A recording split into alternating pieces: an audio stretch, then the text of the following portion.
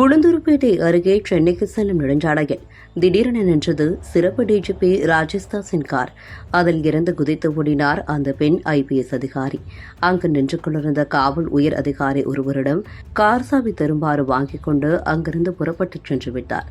தன்னை அப்போதைய சிறப்பு டிஜிபி ராஜேஷ்தாஸ் தனது காரில் ஏறுமாறு வற்புறுத்தியதோடு 40 நிமிட பயணத்தில் தன் மீது பாலியல் தாக்குதல் நடத்தியதாக அடுத்த நாள் அந்த பெண் IPS அதிகாரி பரபரப்பு குற்றச்சாட்டை சுமத்தினார். இது தொடர்பாக காவல்துறை இயக்குநரை சந்தித்து புகார் அளிப்பதற்காக சென்னை நோக்கி வந்த பெண் IPS-ஐ செங்கல்பட்டு சுங்கச்சாவடியில் தடுத்து நிறுத்தினார் அப்போதைய SP கண்ணன். திரும்பி செல்லுமாறு வலியுறுத்த அதற்கு மறுப்பு தெரிவித்து சென்னை சென்று புகார் அளித்தார் பெண் IPS.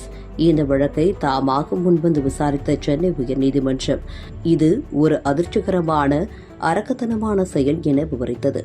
இந்த விசாரணையை கண்காணிக்கவும் முடிவு செய்தது. IPS அதிகாரிகள் கூட்டமைப்பும் பெண் IPS-க்கு ஆதரவு தெரிவித்தது. இந்த நிலையில்தான் விழுப்புரம் நீதிமன்றம் ராஜேஷ்தாஸுக்கு ஒரு குற்றத்துக்கு 3 ஆண்டுகளும் மற்றொரு குற்றத்துக்கு 3 ஆண்டுகள் என மொத்தம் 6 ஆண்டுகள் தண்டனை விதித்துள்ளது.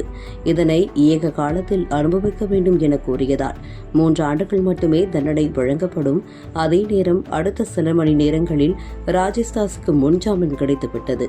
30 நாட்களுக்குள் அவர் நீதிமன்ற உத்தரவை எதிர்த்து நிவாரணம் பெற்றுக் கொள்ளலாம். ராஜேஷ்தாஸின் பூர்வீகம் ஒடிசா மாநிலம். அதே நேரம் அவரது மனைவி பிரபல IAS அதிகாரியான பீலா ராஜேஷ் முன்னாள் மத்திய அமைச்சர் பொன் ராதாகிருஷ்ணனின் உறவினர்.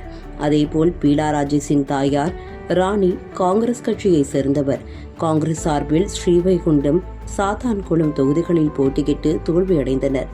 இவ்வாறாக மிக பெரும் அரசியல் பின்னணி கொண்ட ராஜேஷ்தாஸுக்கு வழங்கப்பட்டுள்ள தண்டனை காவல்துறை மற்றும் அரசியல் தலைவர்களிடையே பரபரப்பை ஏற்படுத்தியுள்ளது.